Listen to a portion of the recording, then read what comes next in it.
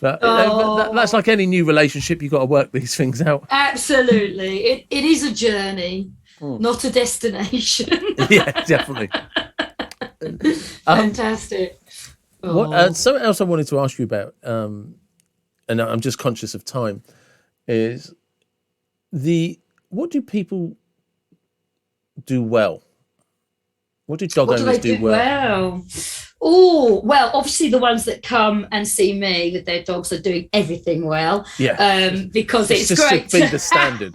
Yes, but it's great to go and see a professional trainer and learn about your dog and learn about their personality through the eyes of that trainer, and to learn how to, use positive reinforcement and care for those dogs. I think what people do really well is they love their dogs, or by and large, people adore their dogs and they want the best for their dogs. And I think, it's for people like me to make sure that they are equipped with the right information to be able to make the right decisions for those animals based on the right science and the right stuff. So, for example, nutrition is a big thing for me.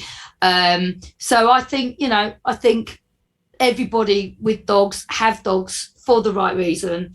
And I think it's really up to all of us in the profession to make sure that they are fully equipped to get the most out of that relationship and to really understand that relationship. So you said nutrition. Where do you stand on nutrition then? Because I see different trainers advocating different things these days. There's the raw meat diet, and then there's the, people like, no, vegetables are good. Yeah, no, I mean, I think they need a good balance of different types of protein. The most important things for dogs are good quality protein and a variety, because they get different things from different parts of the animal's body. Then, they do need a certain amount of fiber, but really the next important thing is really, really good fat. So really good protein for growth and repair, really, really good fat for energy. They do not need carbohydrate, and they make their own vitamin C. We want to be making sure that the types of protein and the quality of protein our dogs get are enough to meet their nutritional requirements. And I think if you're feeding raw, there are plenty of really good complete raw food. Sometimes when we go down the raw route, we don't know enough as pet owners to get that right, and that's nobody's fault. It's complicated. And the other thing, is a freshly cooked diet. So there are theories out there that once we start cooking proteins, it's more nutritionally available to the dog. And they need a little bit of fiber as well. So there's nothing wrong with having some nice vegetables in there, a bit of broccoli and a bit of sweet potato and peas and things like that. When it comes to dry food, we have to be really careful. A lot of the grain-free foods are being replaced with legume or rather pea proteins, which have been linked to heart problems in dogs. And with dry food, it is so processed and so, by the time, the dog's eating it, there isn't very much protein that is nutritionally available for the dog. That is a very, very brief summary of so much information. There's some... It is, because, interesting, when I first got Molly, I just carried on the dry food that the previous owner had been given her. And I noticed she drank an awful lot of water. Yeah, because it only gives them 10% of their daily allocation requirement of water, whereas raw and wet foods will give them something like 70 to 80% of the water that they need in a day. And of course, the other thing is I noticed as well, if you just get a glass of water and drop a load of dry food into it, it absorbs all the water. Doesn't absorb. Yeah, exactly. And it's just like, right, well then you must be doing that to her. And that's why she's always so thirsty. Yeah, and then cold pressed food is much less harmful in inverted commas in that way. But I'm doing a natural health pet summit. I've got Vince the vet coming to talk about nutrition. He's amazing next Saturday. But also the other people that people should look at and read their books is Linda P. Case, amazing nutritionist, and Connor Brady. Again, he's brilliant. He's got a fantastic book. I think it's just called Feeding Dogs. But I would urge everybody to look at those books and those resources, because it's fascinating. Okay, well, what I'll do is I'll make sure I'll email you afterwards just to get the description, obviously to Muddy Mutley. Yeah, Also, quickly, because you have a YouTube channel. I do. Muddy Mutley's on YouTube. And I'll make sure the link for that is in the description as well. And I'll get the link for Linda Case and Connor Brady. Yeah. Excellent. Last one. Well, not necessarily the last one.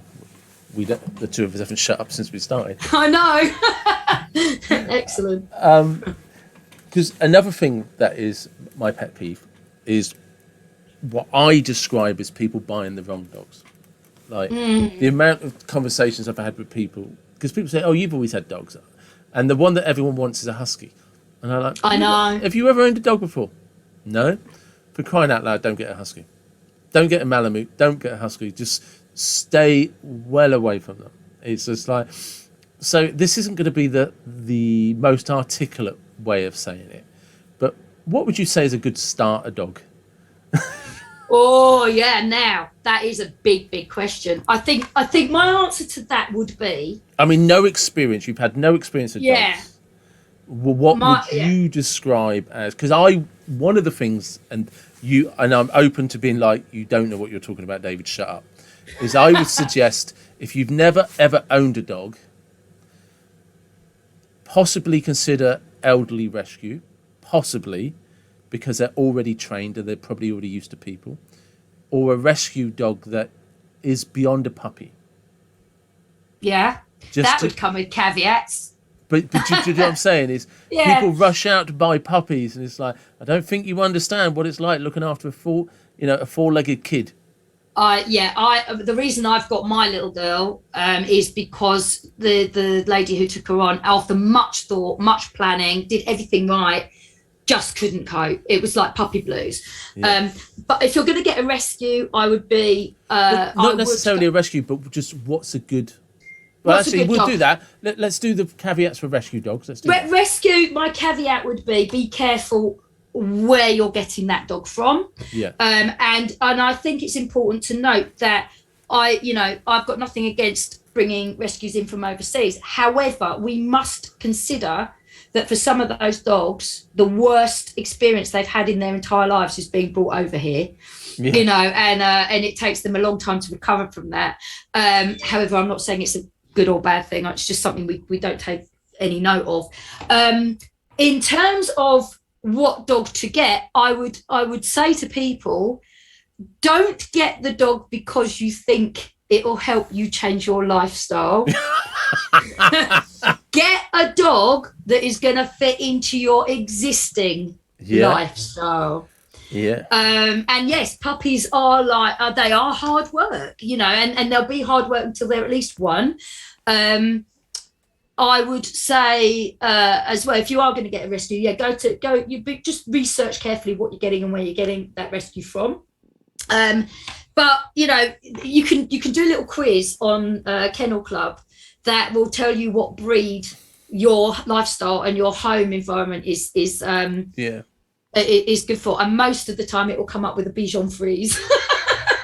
And I'm not saying that is where you should go, but Kennel Club is a good resource. I'm basically aiming this at people, like, if your idea of life, and I'm not judging, but I certainly am judging, is if you like to Netflix binge or binge TV and not do much and eat takeaways, don't get a spaniel. Please, you got to understand the dog that will suit that requirement. Big time. Absolutely, 100%. Yeah. And also, if you've got children, think carefully. Think very carefully. The amount of things that can go wrong is, well, I'm here to support people. But that's it. There's there's that misconception that dogs like kids. And kids like dogs. Yeah. Lots of kids don't really like dogs. Yeah. Yeah. And I've had plenty of dogs that don't like kids. Absolutely, and there's often very good reasons for that, but it all needs careful management and understanding from the dog's point of view of how your environment can create behaviours in that dog.